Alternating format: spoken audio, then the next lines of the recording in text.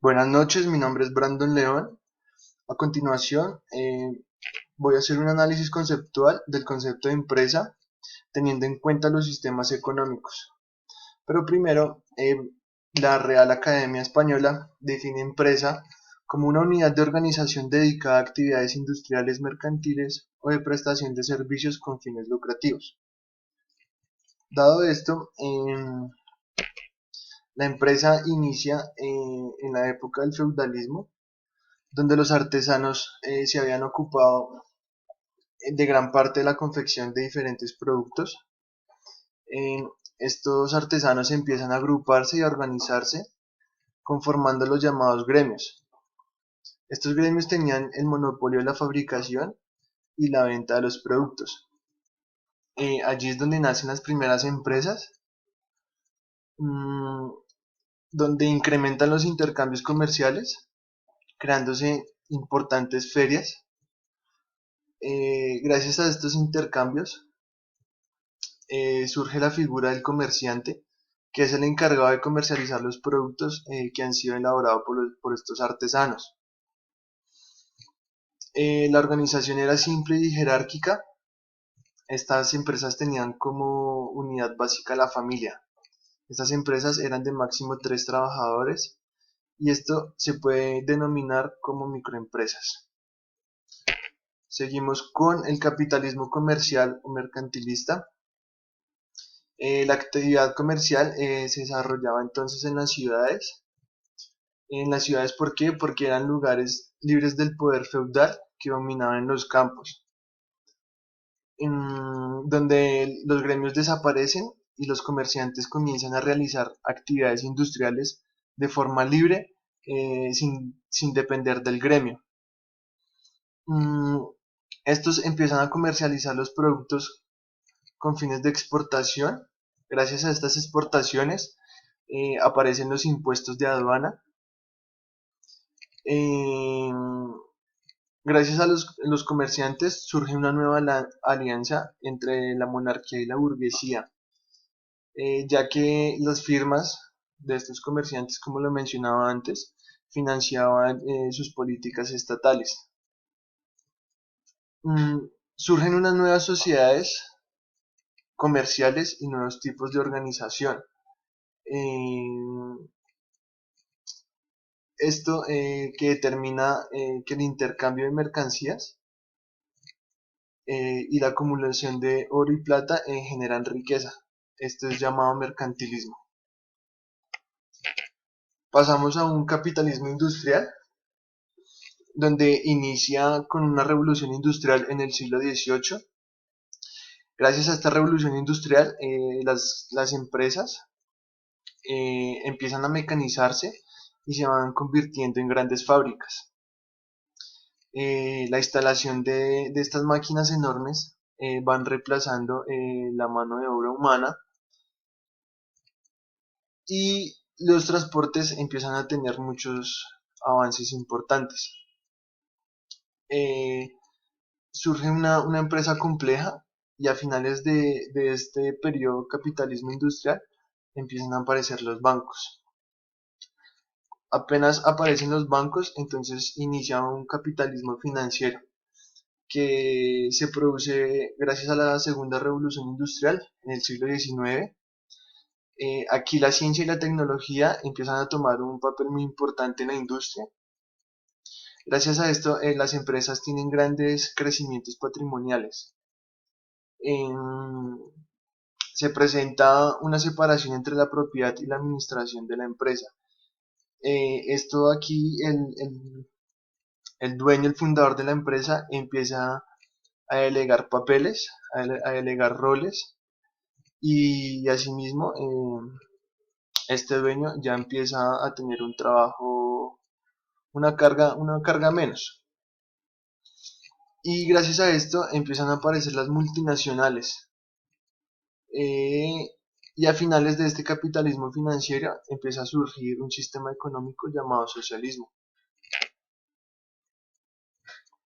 Sigue la sociedad del conocimiento y aquí es donde, gracias al Internet, nace la sociedad de la información y las empresas empiezan a invertir más en investigación y desarrollo. Guzman en el 2006 le da una nueva definición a la empresa y es como una unidad de gestión de conocimiento y decisión con estructura compleja, organizada, societaria, descentralizada, flexible y global. La empresa en Colombia empieza en la época precolombina, donde los indígenas estaban organizados en pequeñas aldeas y utilizaban el trabajo comunitario organizado.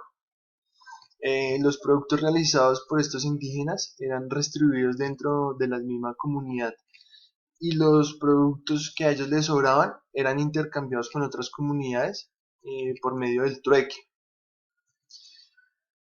Seguido a esto seguimos con el periodo de la colonización española, que este puede decirse que es un periodo precapitalista. Sin embargo, el desarrollo es bastante limitado.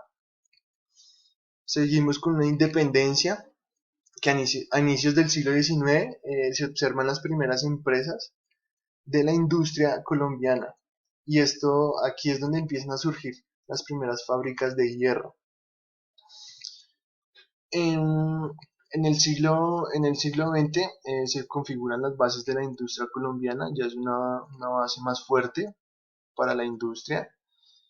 Y en la crisis de 1929 quiebran muchas empresas en Colombia, se empieza a cerrar el mercado, pero gracias a las importaciones que empiezan a hacer los comerciantes, em, el comercio colombiano empieza a crecer exponencialmente. Seguido a esto, se empieza a consolidar, se consolida el trabajo asalariado y empieza los trabajadores a tener una serie de principios empresariales universales. Estos principios universales em, se dividen en cuatro grupos. El primero son los derechos humanos, donde es muy importante resaltar que toda empresa debe apoyar y respetar la protección de los derechos humanos reconocidos internacionalmente. Y el segundo principio, las empresas deben asegurarse de que no son cómplices en abusos de los derechos humanos. Estos derechos humanos deben ser muy bien respetados, si no, el incumplimiento de estos principios acarrea una serie de problemas. El segundo grupo es el de las relaciones laborales. Eh, en estas relaciones laborales existen cuatro principios donde hay que resaltar que el principio 5 dice que la abolición afectiva del trabajo infantil. Esto es muy importante ya que los menores de edad deben de dedicarse más que todo a estudiar y hacer otras cosas, ya que el principio 6 también es muy importante, ya que la eliminación de la discriminación en el empleo y la ocupación, hay que rechazar esto de la parte de la discriminación, porque no es muy bueno, la verdad. Este tercer grupo es del medio ambiente y dice que las empresas deben mantener un enfoque preventivo que favorezca el medio ambiente. Además, deben desarrollar varias tecnologías donde ayuden al medio ambiente. Y el último grupo es del anticorrupción y dice que las empresas deben de trabajar contra la corrupción en todas sus formas, incluidas extorsión y soborno, ya que esto es presentado, hay muchos casos de corrupción los cuales afectan a la economía del país.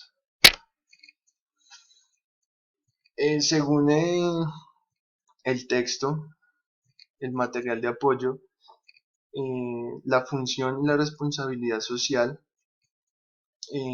se define como toda empresa debe generar riqueza para toda la comunidad.